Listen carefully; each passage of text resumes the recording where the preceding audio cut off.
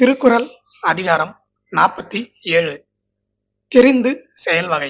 அதாவது எந்த ஒரு காரியத்துல இறங்குறதுக்கு முன்னாடியும் அதனுடைய விளைவுகள் எல்லாத்தையும் தெரிஞ்சுக்கிட்டு தான் ஆரம்பிக்கணும். அப்படி தெரிஞ்சுக்கிட்டு ஆரம்பிச்சாலோ இல்ல தெரியாம ஆரம்பிச்சாலோ என்னென்ன நடக்கும் அப்படிங்கறத பத்தின விளக்கத்தை தான் நாம இந்த அதிகாரத்துல பார்க்க போறோம். குறள் 1. அழிவதும் ஆவதும் ஆகி வழி பயக்கும் ஊதியமும் சூழ்ந்து செயல். விளக்கம்: எந்த அளவுக்கு நல்லது நடக்கும் இல்ல எந்த அளவுக்கு சேதாரம் ஏற்படும் அப்படிங்கறதெல்லாம் கணக்கு பார்த்ததுக்கு அப்புறம் தான் எந்த ஒரு செயலிலும் இறங்கணும். ஒருவேளை துரியோதனை இதெல்லாம் கணக்கு பார்த்து கரெக்டா இறங்கி இருந்தானா மேபி அவன் ஜெயிக்கிறதுக்கான வாய்ப்பு இருந்திருக்கும். ஆனா அவனை பொறுத்த வரைக்கும் ஜெயிக்கணும்னு ஆசைப்பட்டானே தவிர நம்ம அதுக்கு என்னெல்லாம் பிளான் பண்ணோம் அப்படிங்கறத கரெக்டா பண்ணல. ஏன்னா நம்ம சைட்ல கர்ணன் இருக்காப்புல, பீஷ்மர் இருக்காப்புல, துரோணாச்சாரியார் இருக்கிறார் அப்படின்னு நினைச்சானே தவிர இவங்கெல்லாம் யாருக்காக சப்போர்ட்டா இருக்கிறாங்க அப்படிங்கிறத அவர் யோசிக்க மறந்துட்டார். அதனாலதான் துரியோதனனும் மகாபாரத போரில் தோல்வி அடைந்தான் என்பதை நாம தெரிஞ்சுக்கணும். குறள் 2. தெரிந்த இனத்தோடு தேர்ந்தெண்ணி செய்வார்க்கு அரும்பொருள் யாதொன்றும் இல். விளக்கம்: நல்ல தெளிந்த தேர்ந்த நண்பர்களுடன், அதாவது தெளிந்த அறிவுடைய நண்பர்களுடன் சேர்ந்து நாம என்ன செய்யணுங்கிறத ஆராய்ஞ்சி அதை நாமும் நல்லபடியா செஞ்சுக்கிட்டு போனோம்னாக்கா நடக்காது அப்படிங்கிற பேச்சுக்கு இடம் கிடையாது அப்படிங்கறதான் இந்த குறளுக்கான விளக்கம். குறள் 3. ஆக்கம் கருதி முதலிழக்கும் செய்வினை ஊக்கார் அறிவுடையார். விளக்கம்: பின்னாடி வரும் லாபத்தை கருதி இப்போ தான் கையில இருக்கிற பணத்தை லாஸ் பண்ணக்கூடிய வேலைய அறிவுடையவர்கள் மேற்கொள்ள மாட்டார்கள்.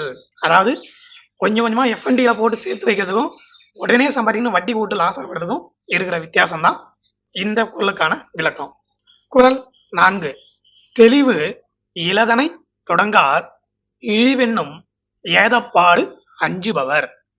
விளக்கம்: தனக்கு அவமானம் மற்றும் குற்றம் வரும் என்று பயப்படுபவர்கள் நம்பிக்கை இல்லாத எந்த ஒரு செயலையும் தொடங்கவே மாட்டாங்க. மேபி இப்ப நான் குறள்லாம் போட்டுனாங்க யாருமே பார்க்கல, இருந்தாலும் இதனால எனக்கு அவமானம் அப்படின்னு நினைச்சாலும் இதுல எந்த தப்புமே இல்லையே, திருக்குறளையும் விளக்கத்தையும் எல்லாருமே சொல்லாமே, இது உலக பொதுமறை தானே, அதனால என் மேல எந்த தப்பும் இல்லை அப்படின்னு நான் நம்புறதுனாலதான் இந்த திருக்குறள் வீடியோவை நான் 1 by 1 போட்டுக்கிட்டு இருக்கேன். என்னுடைய செயல் தான் இந்த குறளுக்கான விளக்கம். குறள் 5. வகையற சூழாது எழுதல் பகைவரை பாத்தி படுப்பதோர் ஆறு. விளக்கம்: தேவையானத முன்னாடியே முழுசா ஆராய்ஞ்சி செய்யாம எதிரியை அடக்க நினைப்பது அந்த பகைவரின் வலிமையை நிலையாக வளர்க்கும் வழியாக அமைந்துவிடும். இதேதாங்க முதல் குறளுக்கு சொன்னதேதான்.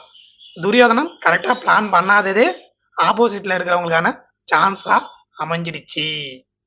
ஆனா இன்னொரு பக்கம் கிருஷ்ணரும் தெளிவா ஸ்கெட்ச் போட்டார், அதுவும் ஒரு காரணம் தான்.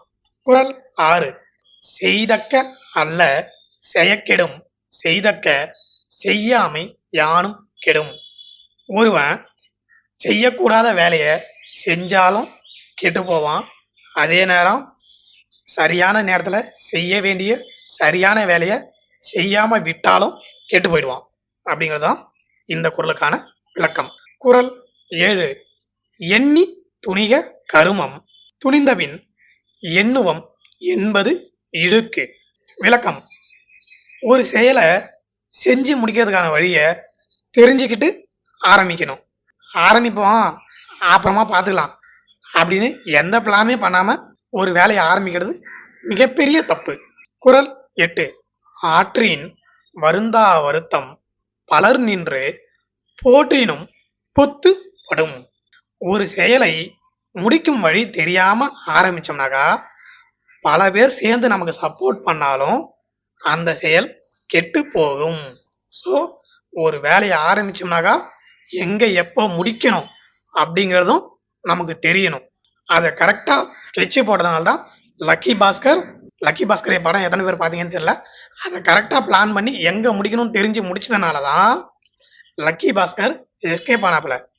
ஒருவேளை அது தெரியாமலே போயிருந்துன்னு வச்சுங்க, லக்கி பாஸ்கரும் இந்தியாவில் ஏதோ ஒரு ஜெயில தான் உட்கார்ந்து இருந்திருப்பார். குறள் 9. நன்றாற்றல் உள்ளும் தவறுண்டு அவரவர் பண்பறிந்து ஆற்றா கடை. விளக்கம்: ஒருத்தங்களோட இயல்பை புரிஞ்சுக்கிட்டு தான் அவங்களுக்கு நாம நல்லது கூட செய்யணும்.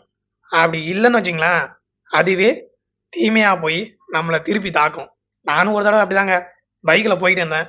நைட் டைமு நல்லா வெள்ளை வேட்டி வெள்ளை சட்டை போட்டிருக்காரே அப்படின்ட்டு லிஃப்ட் கேட்குறாருன்னு நம்பி நிறுத்திட்டேங்க. மாட்டிக்கிட்டேன். காரணம், தலைவர் ஃபுல் மப்பு. வண்டியில ஏறி உக்காந்துன்னு எங்க இறங்கணும்னு அவருக்கு தெரியல, என்ன பண்ணணும்னு தெரியல. நான் என்னமோ அவர் சொந்தக்காரன் நினைச்சுன்னு என்கிட்ட அவர் சொந்த கதையெல்லாம் சொல்லிக்கிட்டு வராரு. இப்படிதான் யாருக்கு செய்யணும்னு தெரியாம ஒரு நல்லதை செய்ய போனோம்னாக்கா அது நமக்கே தேவையில்லாத கஷ்டத்தை கொடுக்கும். குறள் 10. எல்லாத எண்ணி செயல் வேண்டும் தம்மோடு கொல்லாத கொல்லாது உலகு. விளக்கம்: தன்னுடைய நிலைக்கு மாறான செயல்களை பெரியவங்க பாராட்ட மாட்டாங்க.